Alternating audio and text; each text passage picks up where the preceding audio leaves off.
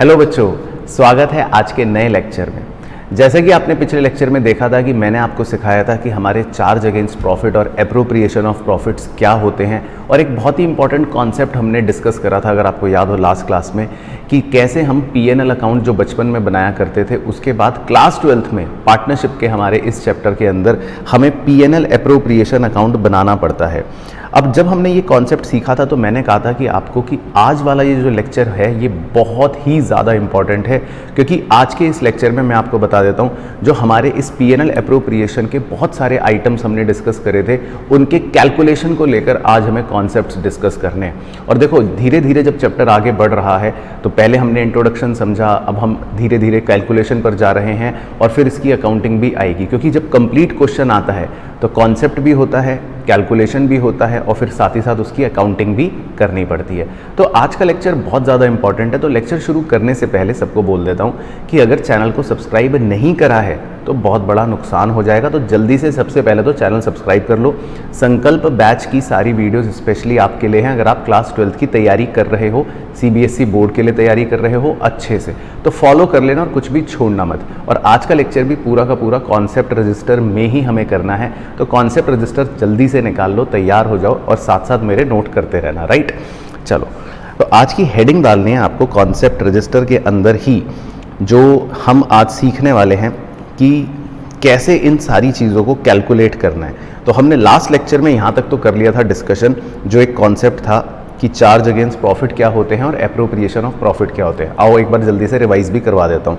अगर आपको याद हो कहानी, बचपन में जो हम पीएनएल अकाउंट बनाते थे, जिसमें हम डेबिट में एक्सपेंसेस लिखते थे, क्रेडिट में इनकम लिखते थे, तो आज भी हमारे 12th के सिलेबस में 3 चीज़ें एक्सपेंस की तरह ट्रीट करनी है हमें। एक था रेंट पेड टू पार्टनर, एक था मैनेजर कमीशन और एक था इंटरेस्ट ऑन लोन।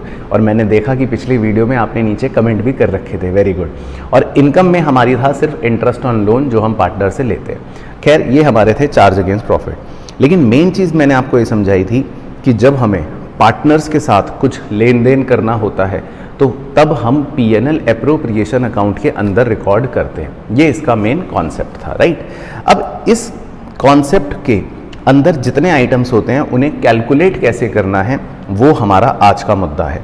तो हम ऐसा करते हैं, कॉन्सेप्ट में एक हेडिंग डालते हैं, कैलकुलेशन ऑफ डिफरेंट आइटम्स। तो यहाँ से बेसिकली हम ये डिस्कस करेंगे और ये सीखेंगे कि कैसे अलग अलग आइटम्स को कैलकुलेट करना है। और चिंता नहीं करना, मैं सारे आइटम्स कवर करवाऊंगा, कुछ भी छूटेगा नहीं। तो कई बार बच्चे परेशान हो रहे हैं, परेशान होते भी हैं कि सर कोई आइटम, कुछ ट्रीटमेंट छूटेगा तो नहीं हमारा। बिल्कुल नहीं छूटेगा। संकल्प बैच के माध्यम से आप अपनी पूरी अच्छी तैयारी कर सकते हो। सो डोंट वरी, बस मेरे साथ साथ अच्छे से पढ़ते रहना। आओ, तो देखो, सबसे पहला आइटम ऊपर से दिखाता रहूँगा तो टिक भी लगता रहेगा। सबसे पहला आइटम मैं आपको सिखाऊंगा वो है सैलरी। तो देख रहे हो जो यहाँ पर लिखा हुआ है सैलरी, कि हम पार्टनर को सैलरी देते हैं। तो इसका कैलकुलेशन कैसे करना है, आइए। तो पॉइंट नंबर 1 बन गया सैलरी टू पार्टनर।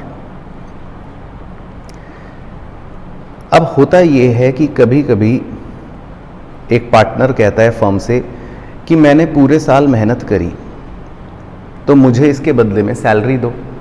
तो फर्म कहती है ठीक है पार्टनर, हम तुम्हें 1000 रुपये पर मंथ सैलरी देंगे। या कभी कभी फर्म कहती है कि हम तुम्हें 1000 रुपये पर वीक सैलरी देंगे।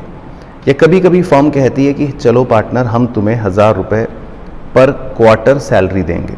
तो वो कुछ भी बोल सकता है। अब हमें यहाँ पर सिर्फ एक ही चीज़ का ध्यान रखना है कि जब हम पार्टनर को सैलरी देते हैं तो पार्टनर को सैलरी ऑब्वियसली पूरे साल की दी जाएगी, क्योंकि उसने तो पूरे साल काम करा है और अकाउंटिंग पूरे साल की होती है। तो अगर क्वेश्चन ने बोला है 1000 रुपये पर मंथ, तो आपका सैलरी का जो आंसर आएगा पूरे साल का वो आएगा 12,000। बस इस छोटी सी बात का आपको ध्यान रखना है, क्योंकि साल में 12 महीने होते हैं। अगर क्वेश्चन ने बोला 1000 रुपये पर वीक, तो इस केस में आपका आंसर आएगा 1000 इंटू, अब एक साल में आप नोट कर लेना, आपको याद रखना है एक साल में 52 वीक्स होते हैं, 52 हफ्ते होते हैं। तो इसका मतलब आपके पूरे साल की सैलरी हो गई 52,000। और अगर क्वेश्चन बोलता है कि मैं तुम्हें 1,000 रुपये दूंगा पर क्वार्टर, तो मेरे दोस्तों आपको पता होना चाहिए कि क्वार्टर का क्या मतलब है। क्वार्टर का मतलब होता है एक क्वार्टर, 1 क्वार्टर आप लिख सकते हो कंसिस्ट्स ऑफ 3 मंथ्स, 3 महीने का एक क्वार्टर होता है। तो अगर आप थोड़ी सी मैथमेटिक्स करोगे तो एक साल में बेसिकली 4 क्वार्टर्स आएंगे, क्योंकि 3 महीना 3 महीना 3 महीना 3 महीना, साल में 12 महीने होते हैं, तो पूरे साल में 4 क्वार्टर्स होते हैं। तो अगर क्वेश्चन ने बोला कि हम तुम्हें 1,000 रुपये सैलरी देंगे पर क्वार्टर, तो इसका मतलब पूरे साल की सैलरी हो गई 4,000 रुपये। तो सैलरी की कैलकुलेशन में बस एक ही बात का हमें ध्यान रखना है कि हम पार्टनर को पूरे साल की सैलरी देते हैं। अब वो चाहे पर मंथ में लिख कर दे तब भी आप पूरे साल की निकालोगे, पर वीक में लिख के दे तब भी पूरे साल की निकालोगे, पर क्वार्टर में लिख के दे तब भी पूरे साल की निकालोगे। अब बच्चा कहता है सर पूरा पर एनम ही दे दिया, तो फिर तो कोई दिक्कत नहीं, फिर तो हो ही गया, ठीक है ना। तो हमें सैलरी हमेशा पर एनम ही निकालनी होती है। तो कितना ईजी है ना। तो बस सैलरी के लिए तो कुछ भी नहीं करना। अब आते हैं दूसरी कैलकुलेशन पर। दूसरी टर्मिनोलॉजी होती है कमीशन। अब कभी कभी पार्टनर कहता है मुझे कमीशन चाहिए, तो ये कमीशन कैसे कैलकुलेट करेंगे, आइए तो लिखते हैं नंबर 2। कमीशन इंपॉर्टेंट भी है एग्जाम के लिए, क्योंकि पार्टनर को कमीशन देना पड़ता है हमें। तो हेडिंग लिखते हैं कमीशन टू पार्टनर। तो यहाँ पर एक इंटरेस्टिंग और इम्पॉर्टेंट बात समझनी बहुत ज़रूरी है कि कभी कभी क्या होता है कि पार्टनर पूरे साल फर्म में काम करता है, मेहनत करता है और फर्म को प्रॉफिट्स होते हैं। तो फर्म कहती है पार्टनर तुमने बहुत अच्छा काम करा, तो हम इस प्रॉफिट में से तुम्हें 5% या 10% या वॉट जो भी क्वेश्चन बोलेगा उतना कमीशन देंगे। तो हमें वो कैलकुलेट करना पड़ता है। अब इसमें एक चीज़ का ध्यान रखना है कि अगर मान लो फर्म को लॉस हो गया, तो बहुत ही कॉमन सेंस वाली बात है कि भाई अगर लॉस हो गया तो क्या फिर पार्टनर को हम कोई कमीशन देंगे? तो ऑब्वियसली आंसर है नो, नहीं। क्योंकि अगर फर्म को नुकसान हो गया और पार्टनर के लाओ लाओ लाओ मैंने बहुत मेहनत करी है मुझे कमीशन दो, तो फर्म 2 थप्पड़ मार के भगा देगी, है ना। तो फर्म ऑब्वियसली कब देती है कमीशन पार्टनर को? जब फर्म के पास प्रॉफिट होता है। लॉस है फर्म को ऑलरेडी, तो फिर कमीशन नहीं देगी। अब ये कमीशन निकालते कैसे? तो कमीशन को निकालने के लिए हम एक छोटा सा डेमो करते हैं। आप भी मेरे साथ ये डेमो बनाना, क्योंकि इसमें मैं कुछ टर्मिनोलॉजीज भी आपको सिखाऊंगा। तो ऐसे ही डेमो के लिए आप छोटा सा P&L एप्रोप्रिएशन अकाउंट बना लो, जैसे मैं बना रहा हूँ, और फटाफट से इसमें आपको बता देता हूँ। हम कुछ मनगढ़ंत फिगर लिख लेते हैं। मान लेते हैं नेट प्रॉफिट लिखा है 1,000 रुपये, ठीक है। अब उसके बाद डेबिट में मान लो आपने फॉर एग्जांपल IOC लिखी है 100 रुपये, सैलरी लिखी है 200 रुपये। मतलब ये है कि फर्म के पास 1,000 रुपये का नेट प्रॉफिट है। अब 100 रुपये उसने इंटरेस्ट के दे दिए, तो थोड़ी सी मेंटल मैथ्स करते रहना। तो 1,000 रुपये मान लो फर्म के पास नेट प्रॉफिट है, उसमें से 100 रुपये इंटरेस्ट के दे दिए, तो कितना बच गया? 900 रुपये। फिर उसके बाद उसमें से 200 रुपये सैलरी के भी दे दिए, तो कितना बच गया? 700 रुपये। तो अब यहाँ पर एक टर्मिनोलॉजी आपको सिखाऊंगा।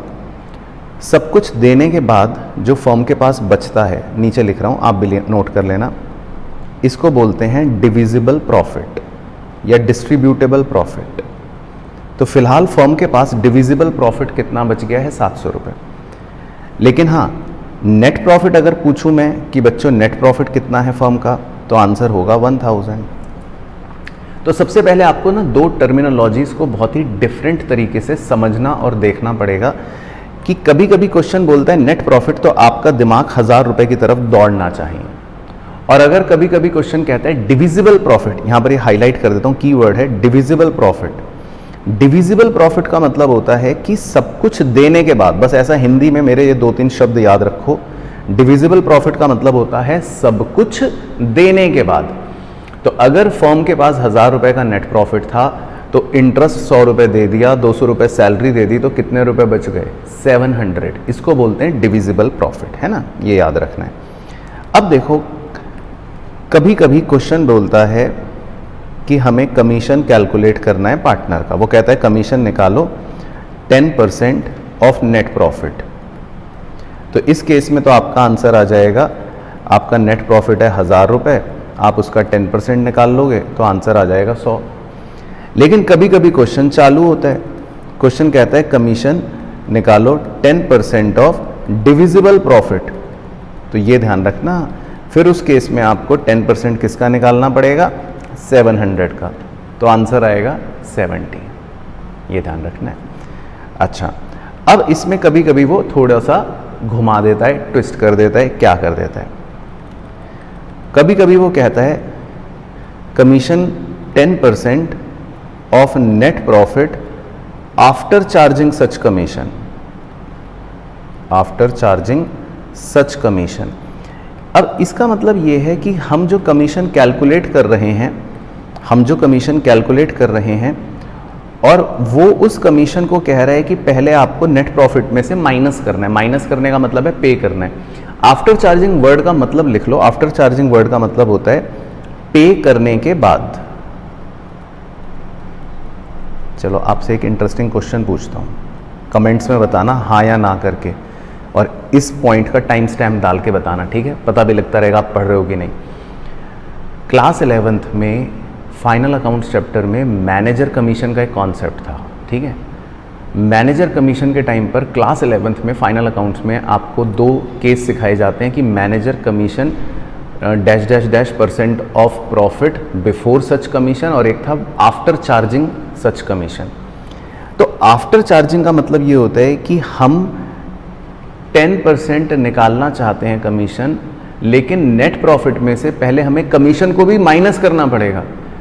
अब वो हम कर नहीं सकते क्योंकि वो तो हम खुद ही कैलकुलेट कर रहे हैं। तो इसमें एक ट्रिक सिखाई जाती थी, अगर आपको याद हो, इस केस में हम रेट अपॉन 100 प्लस रेट कर लेते थे, याद है आपको? अब ये कमेंट करके नीचे बताना कि याद है कि नहीं, टाइम स्टैम्प मेंशन करके, तो पता लगेगा कि पढ़ रहे थे कि नहीं। तो अब आप अपने नेट प्रॉफिट को, है ना, यानी नेट प्रॉफिट है 1000, उसको डिवाइड करोगे 10/110 से, तो जो भी फिगर आएगी पॉइंट में आ जाएगी, मान लो, वो हमें नहीं पता, मान लो 90.9 समथिंग अप्रॉक्स आ गई, लेकिन वो हमारा आंसर हो जाएगा। ये ध्यान रखना है। तो इसको ज़रूर ब्लॉक बनाकर नोट कर लेना, इस केस को, तो कभी कभी वो ऐसा कह देता है। और फोर्थ केस तो बहुत ही इंपॉर्टेंट है, ये तो ऐसी इंग्लिश दे देता है कि 90% बच्चे एग्जाम में गलत कर देते हैं। वो कहता है कमीशन है 10% ऑफ नेट डिविजिबल प्रॉफिट। देखो हाईलाइट कर लेना, बिना हाईलाइट करे एग्जाम में चकमा खा जाओगे। यहाँ पर डिविजिबल प्रॉफिट नहीं बोल रहा, यहाँ पर डिविजिबल प्रॉफिट के भी पहले उसने एक नेट वर्ड लगा दिया। तो ये वर्ड अगर लग जाए तो एग्जाम में बैठ के पहले 2 मिनट उछल जाना, याद रखना कि ये तो बहुत ही ट्रिकी पॉइंट आ गया, उसने इंग्लिश ही बदल दी। क्योंकि डिविजिबल प्रॉफिट तो है खाली 700 रुपये, 700 रुपये को बोलते हैं डिविजिबल प्रॉफिट, लेकिन उसने इस केस में इंग्लिश में दे रखा है कमीशन 10% ऑफ डिविजिबल प्रॉफिट, नहीं, नेट डिविजिबल प्रॉफिट। तो इसका क्या मतलब होता है? तो इसका मतलब एक तरह से केस 3 ही होता है, लेकिन इंग्लिश बदल दी। इसका मतलब ये है कि हमें डिविजिबल प्रॉफिट में से हिंदी लिख रहा हूँ, कमीशन पे करना है, या कमीशन पे करने के बाद, इंग्लिश हो गई आफ्टर चार्जिंग कमीशन। लेकिन वो इतनी बड़ी इंग्लिश को शॉर्ट में नेट डिविजिबल प्रॉफिट लिखकर बोल देता है। तो यानी कि जब आप इस केस को सॉल्व करोगे तो इस बार भी आपको रेट अपॉन 100 प्लस रेट करना पड़ेगा, और डिविजिबल प्रॉफिट कितना था आपका, 700 रुपये, और फिर इसको सॉल्व करके जो भी आंसर आएगा आ जाएगा। तो एक काम करना, बहुत बातें बनाते हो ना यूट्यूब पर, तो ये आंसर कमेंट करना। जो बच्चा ये आंसर कमेंट करेगा इस टाइम स्टैम्प डाल के, देखो बहुत सारे टाइम स्टैम्प दूंगा ताकि पता लगता रहेगा हर मोड पर पढ़ाई करते हो, जैसे बातें बनाने आए हो यहाँ। तो ये आंसर निकाल के कमेंट करना टाइम स्टैम्प में कि कितना आ रहा है। लेकिन हाँ, कमीशन की कैलकुलेशन के 4 घातक केसेस होते हैं कि आपको कमीशन कैसे कैलकुलेट करना है, ये याद रखना। पहला केस सबसे सिंपल, 10% ऑफ नेट प्रॉफिट, तो सीधा नेट प्रॉफिट का 10% निकाल लेंगे। दूसरा केस कहता है 10% ऑफ डिविजिबल प्रॉफिट, तो फिर डिविजिबल प्रॉफिट समझ जाओ क्या होता है, उसका 10% निकाल देंगे। तीसरा और चौथा केस थोड़ा इंग्लिश लैंग्वेज वाला है, जिसमें थोड़ा सी चालाकी करेगा वो। तीसरे केस में कह देता है 10% ऑफ नेट प्रॉफिट, लेकिन लिख देगा आफ्टर चार्जिंग सच कमीशन। तो अब हम कमीशन कैलकुलेट कर रहे हैं और कह रहा है कमीशन को पे करने के बाद, तो हम निकाल नहीं सकते। तो हमने ना इसकी एक ट्रिक है, बेसिकली मैथमेटिकली निकाला तो जा सकता है, लेकिन अब मैं मैथ्स के अंदर घुसने की बजाय सीधा ट्रिक सिखा देता हूँ। और आपने भी यही ट्रिक सीखी होगी बचपन में, rate upon 100 plus rate into net profit. और चौथा ट्रिकी केस, अगर वो कहता है 10% ऑफ नेट डिविजिबल प्रॉफिट, तो फिर तो पहले उछलना है एग्जाम में 2 बार, और फिर याद रखना कि नेट डिविजिबल प्रॉफिट का मतलब तो है कि डिविजिबल प्रॉफिट में से कमीशन पे करने के बाद हमें कैलकुलेट करना है। तो मतलब अगेन वही ट्रिक लगानी पड़ेगी, rate upon 100 plus rate into divisible profit, है ना। तो ये हो गई कमीशन की कैलकुलेशन का तरीका, जो बहुत ही इंपॉर्टेंट होता है ना। अब थर्ड जो है, थर्ड वो बिल्कुल कमीशन की तरह ही है। थर्ड कैलकुलेशन आपको करवाऊंगा डिस्कस, ये होती है रिजर्व की, इफ एनी। तो रिजर्व हर बार नहीं होता, वैसे तो कमीशन भी ज़रूरी नहीं है हर बार हो, लेकिन रिजर्व तो कम केसेस में होता है, लेकिन रिजर्व की कैलकुलेशन बिल्कुल कमीशन से मेल खाती है। तो इसको हम बोलते हैं थर्ड को ट्रांसफ़र टू रिजर्व। और ध्यान रखना, आज हम खाली कैलकुलेशन डिस्कस कर रहे हैं, आने वाले लेक्चर्स में क्योंकि बड़ा चैप्टर है, हम इनकी अकाउंटिंग जर्नल एंट्रीज भी डिस्कस करेंगे और इनके लेजर तो खैर बना ही रहे हैं, वो भी देखेंगे, लेकिन आज फोकस कैलकुलेशन पर है। अब तीसरा होता है टर्म ट्रांसफ़र टू रिजर्व। अब ट्रांसफ़र टू रिजर्व को कैसे कैलकुलेट करना है, ये बहुत सिंपल है। इसमें भी या तो आपको कह देगा 10% ऑफ नेट प्रॉफिट, तो वो तो सेम ही हो गया जैसा कमीशन में सिखाया था, या इसमें कह देगा 10% ऑफ डिविजिबल प्रॉफिट, तो ये भी सेम हो गया जैसा अभी कमीशन में सिखाया था। और इसमें बस 3 ही केस होते हैं, या फिर वो कह देगा 10% ऑफ नेट डिविजिबल प्रॉफिट। तो इसमें बस याद रखना है कैसे सॉल्व करना है तो कमीशन की तरह, लेकिन चलो ब्रैकेट में फिर से दिखाता हूँ। नेट डिविजिबल प्रॉफिट आ जाएगा तो 2 बार एग्जाम में उछलना है, और फिर क्या ट्रिक है इसकी, rate upon 100 plus rate into, बस फिर जो भी डिविजिबल प्रॉफिट होगा, जैसे मान लो हमारे एग्जाम्पल में 700 था तो 700, और फिर अपना सॉल्व हो जाएगा। तो रिजर्व में कभी कभी वो बोलता है ट्रांसफ़र करो पैसा, तो उसमें 3 ही केस बोल सकता है, या तो कह देगा dash dash dash % of net profit, तो नेट प्रॉफिट का ले लेंगे, या फिर dash dash dash % of divisible profit, तो डिविजिबल प्रॉफिट का ले लेंगे, या फिर dash dash dash % of net divisible profit. तो फिर आपको ये ट्रिक याद रखनी है, ठीक है। तो ये नोट कर लो, ये हो गया ट्रांसफ़र टू रिजर्व। इसके बाद जो कैलकुलेशन होती है वो हमें जड़ से हिला देती है, जिसमें 5 लाख बच्चों में से 4,09,99 बच्चे गलती कर देते हैं कभी ना कभी, कहीं ना कहीं, किसी ना किसी दौर में। वो होता है जी आपका इंटरेस्ट ऑन कैपिटल। चौथा एप्रोप्रिएशन, आखिरी एप्रोप्रिएशन। देखो सैलरी हम सीख गए, कमीशन हम सीख गए, रिजर्व तो चलो उसकी तरह बिल्कुल सेम ही हो गया। इंटरेस्ट ऑन कैपिटल कैसे कैलकुलेट होता है, नंबर 4 में वो लिखेंगे, जो सबसे ज़्यादा इंपॉर्टेंट है। आज की पूरी क्लास की यूएसपी ही यही है, इंटरेस्ट ऑन कैपिटल, ठीक है ना। तो इसको मतलब आप क्या करोगे सर, आप बताओ क्या करोगे। तो इसको तो मतलब हाईलाइट कर लो, 100% लिख लो, और इसको तो मतलब ऐसा रट के जाना, घर से ऐसा रट के जाना जिसका कोई जवाब ही ना हो। चलो, तो इंटरेस्ट ऑन कैपिटल कैसे कैलकुलेट करते हैं, इसके बारे में कुछ कॉन्सेप्चुअल बातें लिखते हैं। Number 1, IOC is calculated on time basis। Time basis को बादल बना लो। सबसे इंपॉर्टेंट चीज़ है कि इंटरेस्ट ऑन कैपिटल जो होता है वो हमेशा टाइम के आधार पर निकाला जाता है, जो अभी आपको समझाऊंगा, don't worry. Second, IOC is affected only by, सिर्फ 2 चीज़ों से ये प्रभावित होता है, A एडिशनल कैपिटल और B विड्रॉल ऑफ कैपिटल। अब विड्रॉल ऑफ कैपिटल क्या है सर, हमें तो याद ही नहीं, हम तो भूल गए, तो ब्रैकेट में लिख लो, पहले भी पढ़ाया था। विड्रॉल ऑफ कैपिटल मतलब होता है परमानेंट नेचर वाली। कुछ नालायक बच्चे ऐसे भी हैं इस ब्रह्मांड के अंदर जो ड्राइंग्स को भी विड्रॉल ऑफ कैपिटल समझ लेते हैं।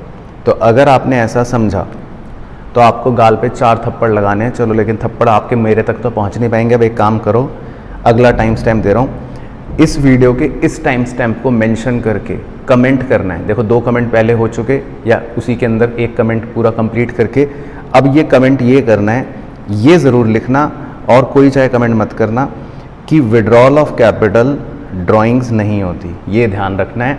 95% बच्चे ये गलती करते हैं कि क्वेश्चन में ड्राइंग्स लिखी है और वो नालायक समझ लेते हैं तो विड्रॉल ऑफ कैपिटल है। नहीं, ये मेंशन कर दो कमेंट में, हमेशा के लिए याद रहेगा। और अपने दोस्तों को बोल देना भाई कमेंट लाइक कर दो, ताकि नोटिफिकेशन आए तो रिकॉल हो जाएगा कि हाँ मैंने ये लिखा था।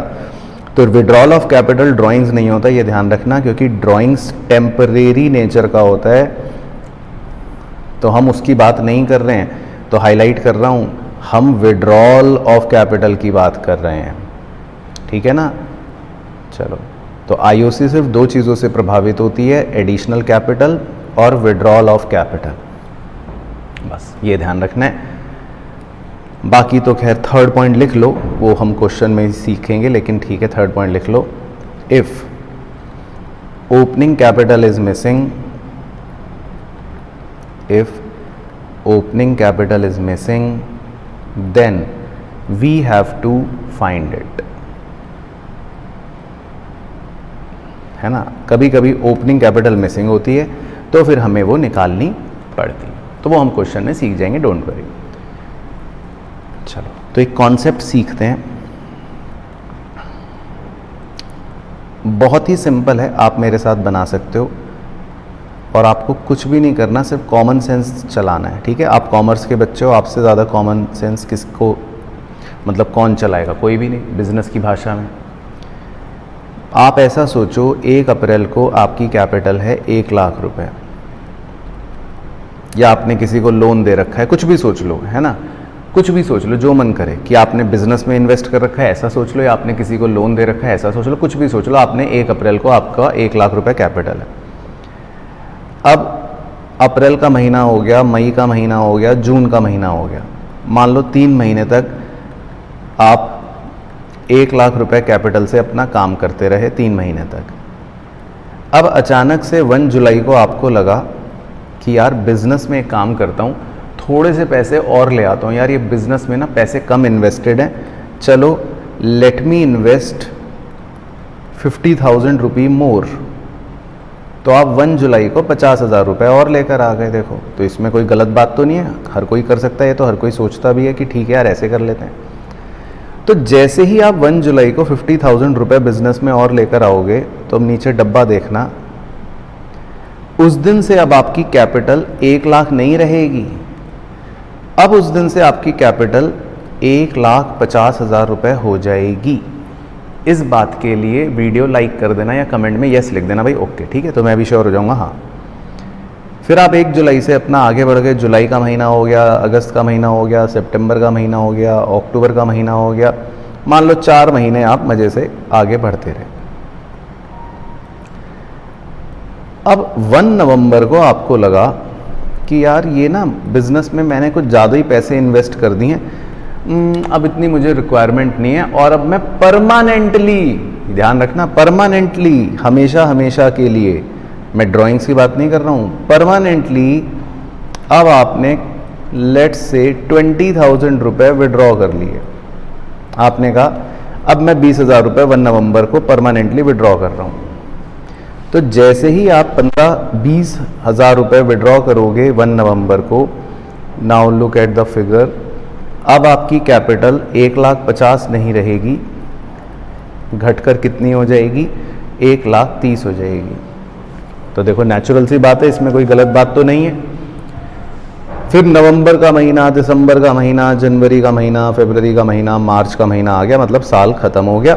आपने कहा चलो भाई 1 साल कंप्लीट हो गया।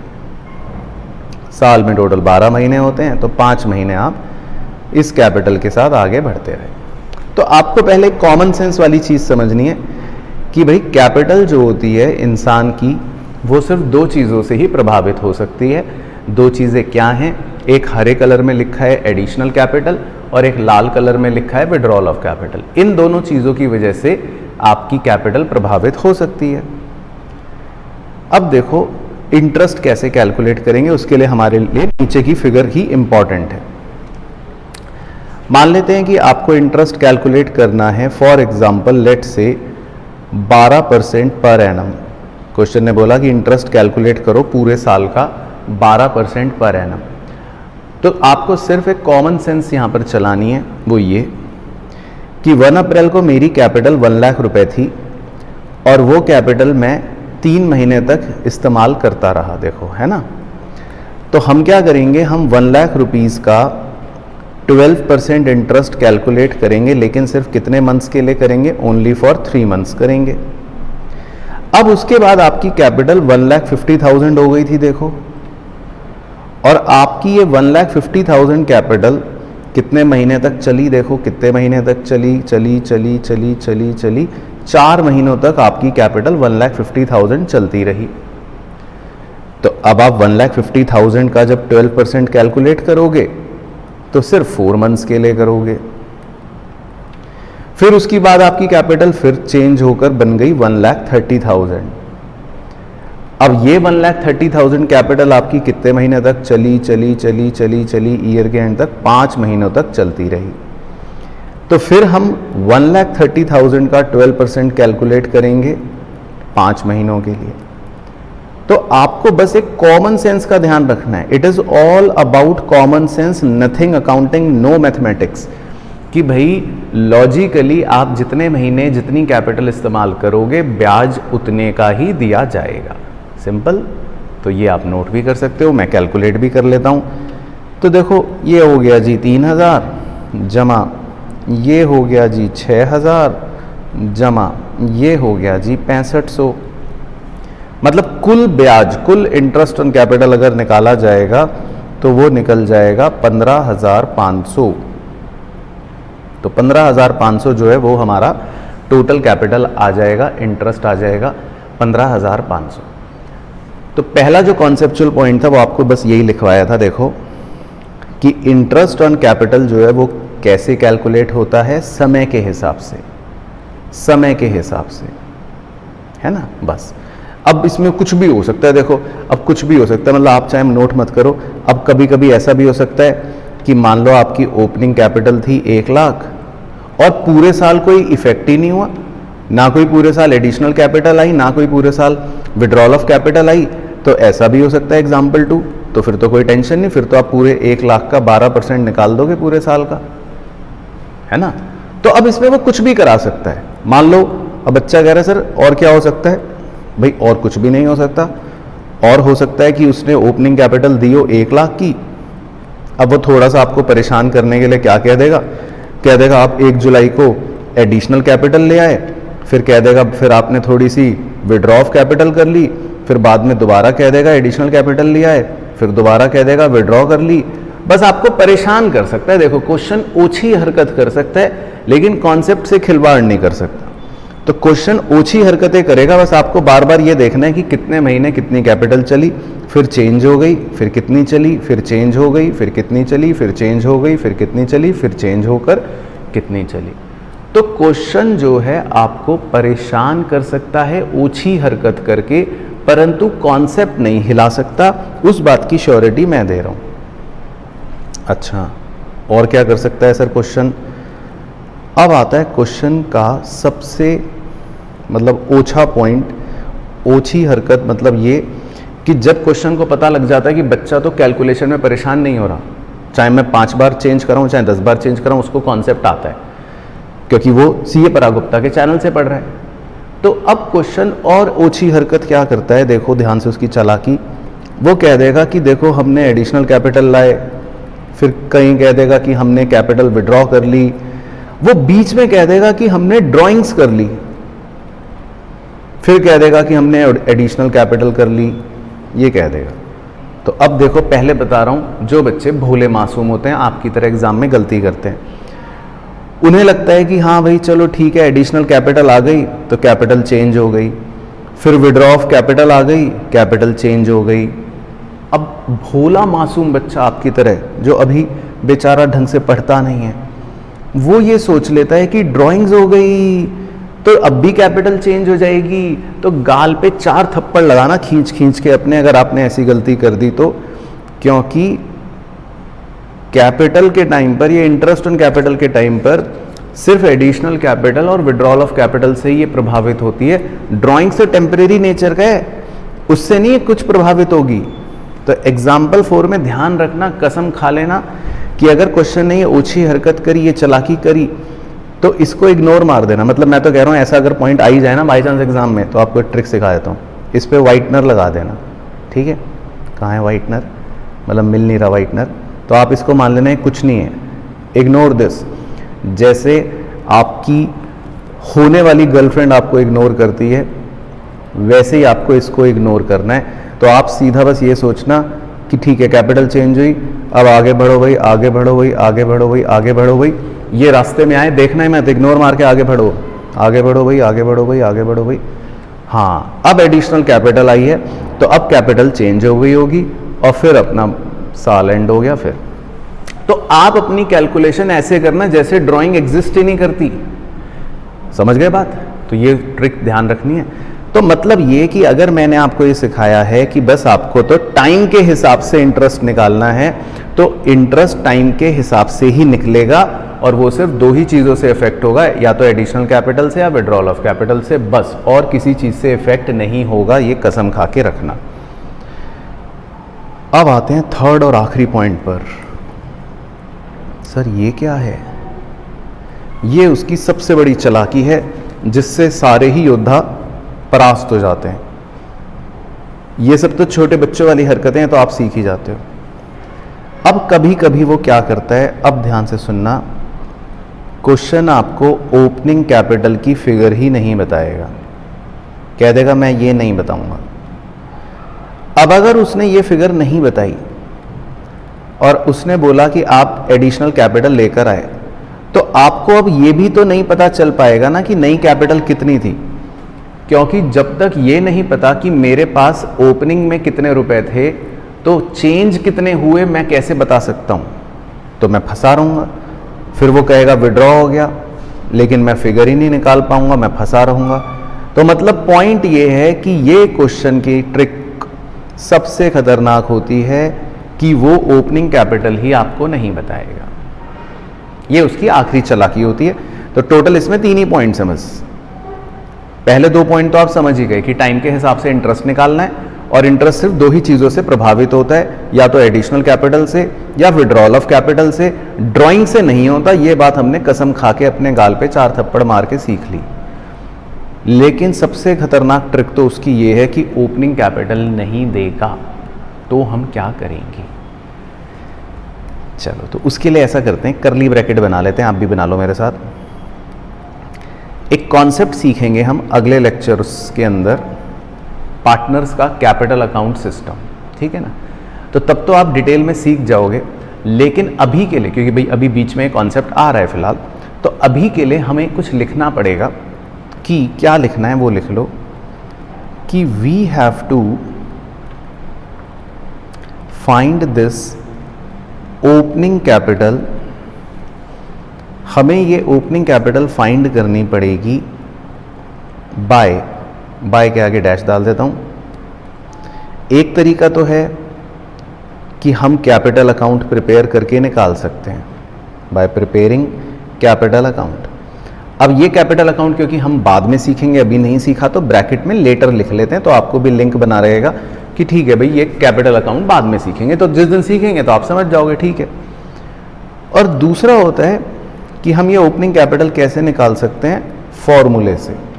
हालांकि फॉर्मूला जो है वो कोई फॉर्मूला वैसे एक्चुअल में है नहीं, वो कैपिटल अकाउंट से ही डिराइव हुआ है, लेकिन ठीक है अभी लिखने के लिए लिख लो ताकि पता रहेगा कि ओपनिंग कैपिटल मिसिंग है, तो हमें इसको निकालना रहेगा। तो ये हो गई ओपनिंग कैपिटल निकालने का मतलब तरीका, जो हम बाद में डिस्कस करेंगे, है ना। तो अब क्योंकि अभी कैपिटल अकाउंट नहीं बना रहे, तो इसलिए अभी बस लेटर लिखकर छोड़ देना। लेकिन ये उसकी एक आखिरी चालाकी होती है, लेकिन बहुत आसान है, हम ओपनिंग कैपिटल निकाल लेते हैं, उसमें कोई दिक्कत नहीं है। तो जिस दिन कैपिटल अकाउंट सीखेंगे उस दिन आपको ये पॉइंट भी ऑटोमेटिकली आ जाएगा। तो खैर, कुल मिलाकर ये जो सबसे इंपॉर्टेंट चीज़ थी इंटरेस्ट ऑन कैपिटल निकालनी, इसको ध्यान रखना कि इसमें सर ने क्या क्या बातें बताई थी, नहीं तो आप एग्ज़ाम में इसमें गलती कर सकते हो। चलो अब देखते हैं ऊपर। तो सर इंटरेस्ट ऑन कैपिटल भी निकालने की कैलकुलेशन हम सीख गए, समझ गए। और क्या आता है सर इसमें कैलकुलेशन में? तो देखो मेरे प्यारे दोस्तों, इंटरेस्ट ऑन कैपिटल हो गया, सैलरी हो गया, कमीशन हो गया, रिजर्व हो गया, ये 4 चीज़ें तो हम सीख गए कैसे कैलकुलेट करनी है। 5वीं और आखिरी चीज़ होती है इंटरेस्ट ऑन ड्राइंग कैलकुलेट करना, जिसको बोलते हैं IOD। ये भी बहुत इंपॉर्टेंट कॉन्सेप्ट होता है। तो आओ इसके बारे में भी एक कॉन्सेप्चुअल चीज़ लिख लेते हैं, ताकि कम से कम आज हर चीज़ की कैलकुलेशन को लेकर बच्चा इस वीडियो के बाद ये ज़रूर सोचेगा कि चलो यार, अब तो मैंने कैलकुलेशन भी सीख ली और मुझे पता है अब तो आप में से बहुत सारे बच्चे बुक में कूद कूद के सॉल्व इलस्ट्रेशन भी देखने का आपका मन करेगा। और मैं तो कह रहा हूँ जाओ देख भी लेना, जो मन करे देखना, कम से कम आपको कॉन्सेप्ट की एप्लीकेशन खुद समझ आनी शुरू हो जाएगी। चलो तो 5वीं कैलकुलेशन लिखते हैं इंटरेस्ट ऑन ड्राइंग्स की। बस 5 ही चीज़ें, देखो अपने पूरे चैप्टर में 5 चीज़ें निकालना सीख जाओ, कैसे निकालनी है, आपका आधा चैप्टर तो फिनिश हो गया। लेकिन ये इंपॉर्टेंट है तो 100% लिख लेते हैं और स्टार लगा लेते हैं। चलो तो इसमें 2 बाइफर्केशन कर लेते हैं। एक लिखते हैं इर्रेगुलर ड्राइंग्स, एक लिखते हैं रेगुलर ड्राइंग्स। दोनों में क्या फ़र्क होता है? इर्रेगुलर ड्राइंग्स का मतलब तो होता है कि कभी कभी हम कोई रैंडम अमाउंट निकालते हैं, वो भी किसी भी रैंडम डेट पर। और रेगुलर अमाउंट या रेगुलर ड्राइंग का मतलब होता है कि हम एक फिक्स्ड अमाउंट निकालते हैं, वो भी एक फिक्स्ड डेट पर, मतलब डेट भी फिक्स होगी, अमाउंट भी फिक्स होगा। तो पूरा कॉन्सेप्ट 2 पार्ट्स में डिवाइडेड होता है कि या तो अलग अलग ड्राइंग कभी भी निकाल रहे हैं या सेम ड्राइंग मतलब फिक्स्ड अमाउंट फिक्स डेट पर निकाल रहे हैं। तो अगर हम अलग अलग ड्राइंग कभी भी निकाल रहे होते हैं तो इस केस में आप IOD का फॉर्मूला नोट कर लो, फिर हम क्वेश्चन में सीख जाएंगे, डोंट वरी। आज तो खाली देखो कॉन्सेप्ट लिख रहे हैं दोस्तों, है ना। एप्लीकेशन हम क्वेश्चंस में सीख जाएंगे, डोंट वरी। तो इसमें फॉर्मूला होता है IOD is equal to total product, वो मैं आपको सिखाऊंगा क्या है, इंटू रेट अपॉन 100 इंटू 1/12। ठीक है, ये फॉर्मूला होता है IOD का। और अगर रेगुलर ड्राइंग है तो रेगुलर ड्राइंग में लिख लो, फॉर्मूला होता है IOD का, IOD is equal to total drawing into rate upon 100 into average period upon 12। Average period upon 12। अब इसमें एक ही कॉन्सेप्ट थोड़ा सा मतलब इम्पॉर्टेंट है, वो आपको समझा देता हूँ कि भाई एक तो ये इर्रेगुलर ड्राइंग में टोटल प्रोडक्ट क्या है ना भाई, ये क्या होता है, और रेगुलर ड्राइंग में एवरेज पीरियड क्या। तो हम एक छोटे से एग्जाम्पलों से समझ लेते हैं। तो पहला एग्जाम्पल मैं आपको इर्रेगुलर ड्राइंग का करवा देता हूँ। तो ऑब्वियसली इससे आप पहला मेथड तो सीख ही समझ जाओगे, तो कुछ भी नहीं है। तो इर्रेगुलर ड्राइंग में हम मान लेते हैं कि कोई पार्टनर अलग अलग डेट पर, मान लो उसने 1 जुलाई को लेट से उसने ड्राइंग करी, और ड्राइंग का मतलब ध्यान रखना ये विड्रॉल ऑफ कैपिटल नहीं है, अब ये टेम्परेरी नेचर वाला कॉन्सेप्ट है ड्राइंग। तो उसने 2000 रुपये निकाले। उसके बाद 31 अगस्त को उसने 3000 रुपये निकाले। उसके बाद 1 दिसंबर को उसने 4000 रुपये निकाले। तो देखो अलग अलग डेट पर अलग अलग ड्राइंग कर रहे हैं। तो हम क्या देखते हैं, हम ये देखते हैं कि जो 31 मार्च को हमारा ईयर एंड होता है, वहाँ तक अभी कितने मंथ्स बच रहे हैं, हम ये देखते हैं। तो उसका एक कॉलम बना लेते हैं, टाइम लेफ्ट अप टू 31 मार्च। जैसे अगर आप 1 जुलाई से काउंट करो, तो 1 जुलाई से अगर आप काउंट करो उंगलियों पर, तो जुलाई का पूरा महीना हो गया, क्योंकि 1 तारीख को हमने मान लो ड्राइंग करी, तो जुलाई का पूरा महीना जुलाई, फिर अगस्त, सितंबर, अक्टूबर, नवंबर, दिसंबर, जनवरी, फरवरी, मार्च, 9 महीने हैं टोटल। इसी तरह 31 अगस्त से काउंट करो। अब अगस्त का महीना मत काउंट करना, क्योंकि 31 जो है अगस्त का लास्ट डे है। तो सितंबर, अक्टूबर, नवंबर, दिसंबर, जनवरी, फरवरी, मार्च, 7 महीने हो गए। और 1 दिसंबर को ड्राइंग करी, तो 1 दिसंबर से काउंट करो। तो दिसंबर का पूरा महीना, फिर जनवरी, फिर फरवरी, फिर मार्च, तो 4 महीने हो गए, है ना। तो बस हम ये कॉलम अपने आप बना लेते हैं। अब ये एरो हटा देता हूँ। फिर हमें क्या करना है, बस प्रोडक्ट निकालना है। तो देखो प्रोडक्ट का मतलब होता है, बचपन में सीखा था मल्टीप्लाई करना। तो 2 × 9 18,000, 3 × 7 21,000, 4 × 4 16,000, फिर इनका टोटल कर दो। इसको बोलते हैं टोटल प्रोडक्ट। बहुत सिंपल मेथड है, तो बहुत ही आसान होता है, आ जाए तो बच्चे खुश हो जाते हैं। तो टोटल कितना आएगा, 7 15, 5 लिखा, 1 हासिल, 2 2 4 और 1 5, 55,000 रुपये। अब आप आईओडी निकाल सकते हो। मान लो आईओडी का रेट दे रखा है फॉर एग्जांपल 10%, नहीं 10 नहीं सॉरी, चलो 12% पर एनम, है ना। तो अगर हमें 12% इंटरेस्ट निकालना हो तो कैसे निकालेंगे, देखो हमारा फॉर्मूला है total product 55,000 into rate upon 100, है ना, इंटू 1/12। ये स्टैंडर्ड है, बस इसको सॉल्व कर लो तो आंसर आ गया 550। तो ये हमारा इंटरेस्ट ऑन ड्राइंग आ गया। तो प्रोडक्ट मेथड में ये तरीका होता है इंटरेस्ट ऑन ड्राइंग निकालने का। अब आज की वीडियो बहुत इंपॉर्टेंट थी, इसीलिए आपको पूरा होमवर्क भी दूंगा, चिंता मत करना। अभी तक 3 कमेंट करवा चुका हूँ ना, 3 कमेंट हो चुके ना। अब चौथे कमेंट के लिए लिखो, चौथे कमेंट के लिए इसका आईओडी निकालना है आपको और आंसर कमेंट में बताना पड़ेगा। अब आएगा ना मज़ा, अब पता चलेगा कौन है बच्चा असली। और जिसका कमेंट में इसका आंसर नहीं होगा वो बच्चा फिर गया, वो बच्चा तो गया ना। तो उसको अब आगे पढ़ाई में कुछ समझ आएगा ना, उसके आगे के वीडियोस में उसके होमवर्क को चेक किया जाएगा और उसको तो गिफ्ट भी नहीं मिलेगा। अच्छा ऐसा क्या, हाँ ऐसा। ये लो, तो 3 अलग अलग डेट्स हैं और 3 अलग अलग अमाउंट्स हैं। आपको इंटरेस्ट ऑन ड्राइंग कैलकुलेट करना है at the rate 24% per annum, ठीक है। तो जो फॉर्मूला सिखाया इर्रेगुलर ड्राइंग वाला, उससे सॉल्व करके नीचे कमेंट करके मुझे बताना कि इसका क्या आंसर आ रहा है। तो 4 कमेंट्स हो गए आज के, तो बहुत ही मज़ेदार।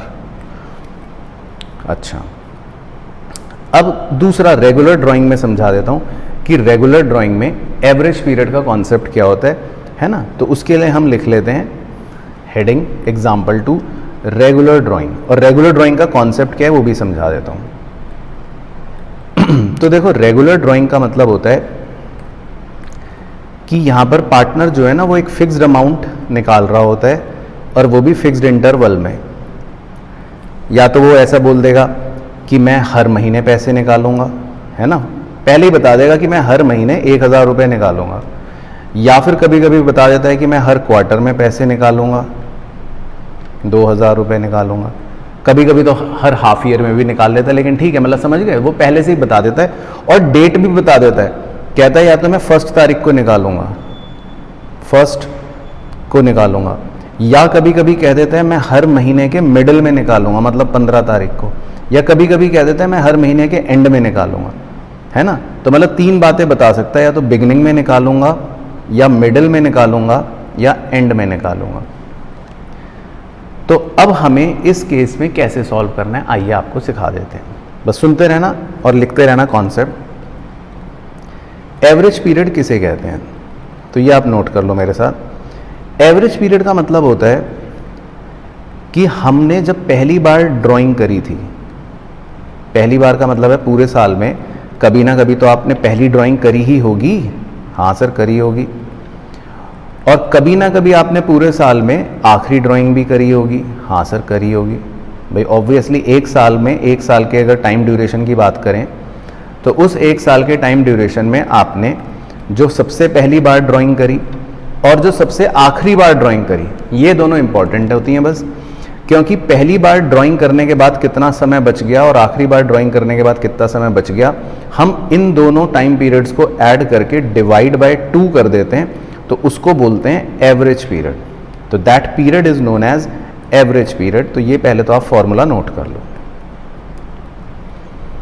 है ना। और इसका एक छोटा सा डेमो आपके सामने उदाहरण के तौर पर दे देता हूं। तो मान लेते हैं ये एक पूरा साल है।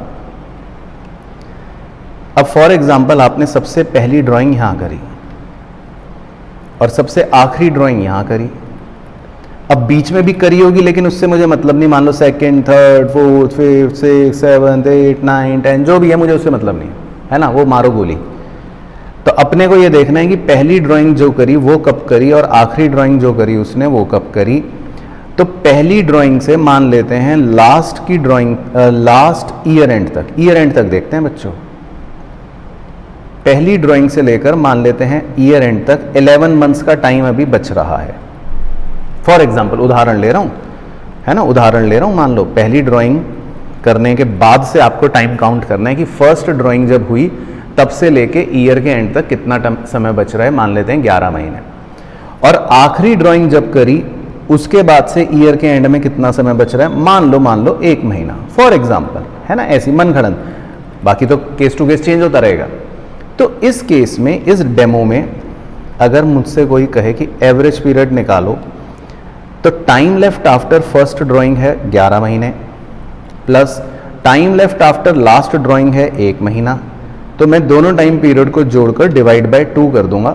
तो 11 महीने प्लस 1 महीना मतलब 12 डिवाइडेड बाय 2, तो 6 आ जाएगा मेरा एवरेज पीरियड। तो ये एवरेज पीरियड कैलकुलेट करने का बच्चों एक स्टैंडर्ड फॉर्मूला होता है।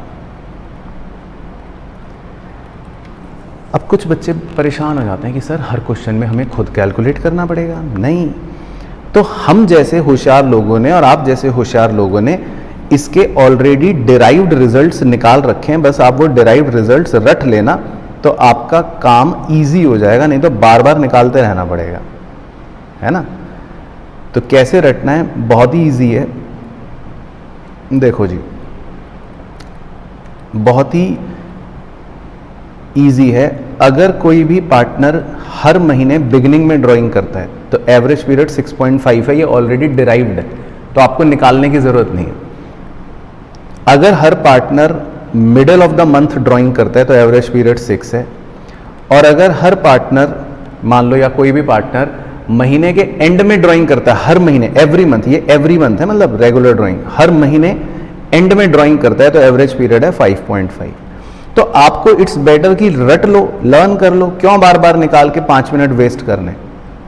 और इसी तरह ये टेबल बनाते रहना।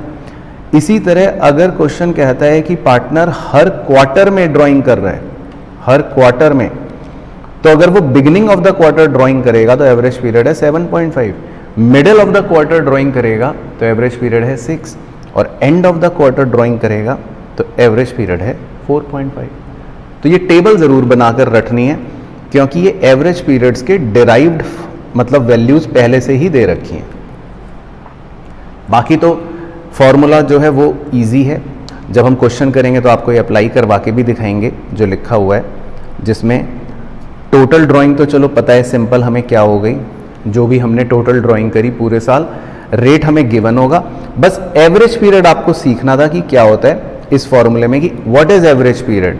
तो एवरेज पीरियड का फॉर्मूला अब हम सीख गए, टाइम लेफ्ट जो बचा है पहली ड्राइंग के बाद प्लस टाइम लेफ्ट जो बचा है आखिरी ड्राइंग के बाद डिवाइडेड बाय 2। लेकिन इट्स बेटर कि आप ये डिराइव्ड रिजल्ट्स ही बनाकर याद रख लो, तो आपको एवरेज पीरियड ये याद हो जाएंगे। तो मतलब कहीं ना कहीं हमें IOD को जब कैलकुलेट करना पड़ेगा तब हमें ये कॉन्सेप्ट अप्लाई करना पड़ता है। अच्छा, अब इसमें एक बड़ी इंटरेस्टिंग चीज़ है IOD को लेकर, वो आपको समझा देता हूँ क्या। तो वो अलग से स्टार डाल के लिखते हैं। इसमें 2 यूनिक पॉइंट्स हैं, वो ये कि मान लो क्वेश्चन ने हमें टोटल ड्राइंग्स दे रखी है किसी आदमी की 1 लाख, और क्वेश्चन कह रहा है कि IOD कैलकुलेट करो at the rate 12% per annum. और 2 लाइन बाद दूसरा स्टार भी बना लेता हूँ कि कभी कभी मान लो किसी आदमी की टोटल ड्राइंग्स दे रखी है 1 लाख और क्वेश्चन कह रहा है IOD निकालो 12%। अब ये ध्यान रखना है कि कभी कभी IOD में पर एनम लिखा होता है और कभी कभी नहीं लिखा होता, जैसे नीचे में नहीं लिखा। तो जब पर एनम नहीं लिखा तो उस केस में तो हम जब इंटरेस्ट कैलकुलेट करते हैं तो हमारा फॉर्मूला जो होता है वो simple total drawing into rate upon 100 हो जाता है। तब हमें एवरेज पीरियड कभी भी नहीं लगाना। तो अगर पर एनम नहीं दिया हुआ तो आपको कभी भी एवरेज पीरियड नहीं लगाना। तो आपका आंसर सीधा सीधा 12,000 आ जाएगा। लेकिन अगर उसने पर एनम दे रखा है तो फिर आपका फॉर्मूला एवरेज पीरियड के साथ वाला ही बनेगा, total drawing into rate upon 100 into average period upon 12, फिर आपको यही लगाना पड़ेगा। लेकिन पहले वाले स्टार पॉइंट में, इस ट्रिकी पॉइंट में एक चीज मिसिंग है कि क्वेश्चन ये नहीं बताता कि उसने ड्राइंग पहली वाली कब करी और आखिरी वाली कब करी। पढ़ो देखो, इसमें कहीं पर ये मेंशन है क्या कि पहली वाली ड्राइंग कब करी और आखिरी वाली ड्राइंग कब करी? तो इसमें तो मेंशन नहीं है। और अगर यही नहीं पता मुझे कि पहली ड्राइंग कब करी और आखिरी ड्राइंग कब करी, तो मैं ये कैसे पता लगाऊंगा कि एवरेज पीरियड क्या है? तो कहीं ना कहीं हम थोड़ा सा फंस जाते हैं, क्योंकि अगर मुझे यही नहीं पता पहली ड्राइंग कब करी और आखिरी ड्राइंग कब करी, तो मैं एवरेज पीरियड क्या लूंगा? तो अब यही ट्रिकी पॉइंट का अजम्पशन बता रहा हूं।